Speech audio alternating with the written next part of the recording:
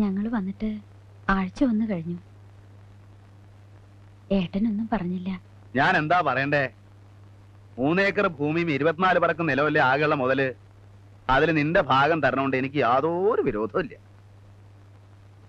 വിറ്റാൽ ഈ മലമൂട്ടിൽ നല്ല വില കിട്ടില്ല. എന്നാ നിങ്ങൾ വന്ന് പണിയെടുക്കൂ, അതും ഉണ്ടാവാൻ പോണില്ല.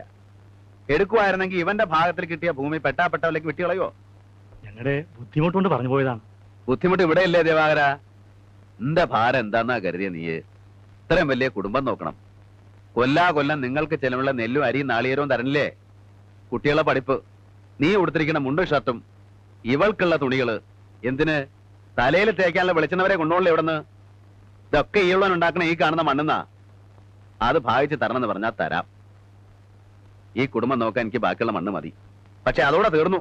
പിന്നെ ഒരു കാന്താരി മുളക് ഇവിടെ നിന്ന് കിട്ടുമെന്ന് കരുതണ്ട. ഇവളോട് ഞാൻ പറയാറുള്ളതാ, ഏട്ടന്റെ ബുദ്ധിമുട്ട് നമ്മൾ മനസ്സിലാക്കണം.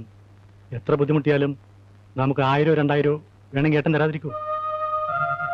എന്റെ ബുദ്ധിമുട്ട് പറഞ്ഞ എല്ലാവർക്കും സ്വരിക്കടാ. എന്റെ മക്കളെ ഗതി. അതൊക്കെ അങ്ങനെ നടക്കും.